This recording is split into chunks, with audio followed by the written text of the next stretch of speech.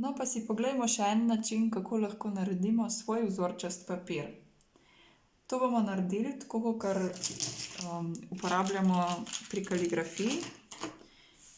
Dva skupaj zvezana flomastra. Zato bomo rabili flomastre in elastike, kuhinjske ali pa te za lase.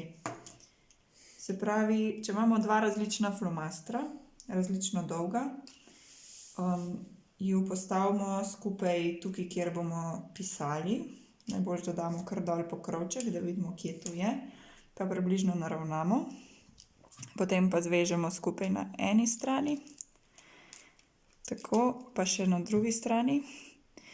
In kadar nam malo uide ta flomaster, ga pač moramo popraviti, če nam ne bo delovalo to pisalo.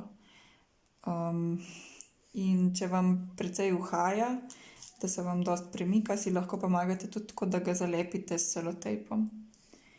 No, pri kaligrafiji to uporabljamo zato, da lahko delamo take pisave. Danes pa bomo ustvarjali vzorčast papir. Zato ne rabite znati kaligrafije. Tukaj imam že nekaj pokombiniranih barv. Recimo, dala sem skupaj modro in vijolično, zato ker sta si blizu, sta si podobni. Potem dala sem skupaj rozasto, ki bi bila malo bolj tukaj, pa oranžno, pa zeleno in rumeno. Jaz sem jih tako pokombinirala, zaradi tega, ker se mi je zdelo, da pride najlepše, če so si flomastri, ki jih uporabljamo pri teh vzorcih, enakomerni, da so enakovredni, no. Da ni eden pretemen ali pa da ni, ja, da ni bolj, da ni preveč temen od drugega, no. Takole recimo.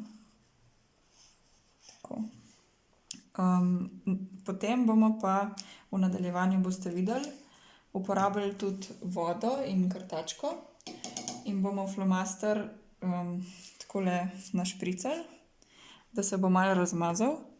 Zato vam predlagam, da si tudi sami poskusite različne flomastre, lahko različne znamke, različne barve in jih malo pošpricate z vodo, da vidite, kako se barve razmažejo pri določenih flomastrih. Tukaj se še ne vidi čisto, bo čez en čas.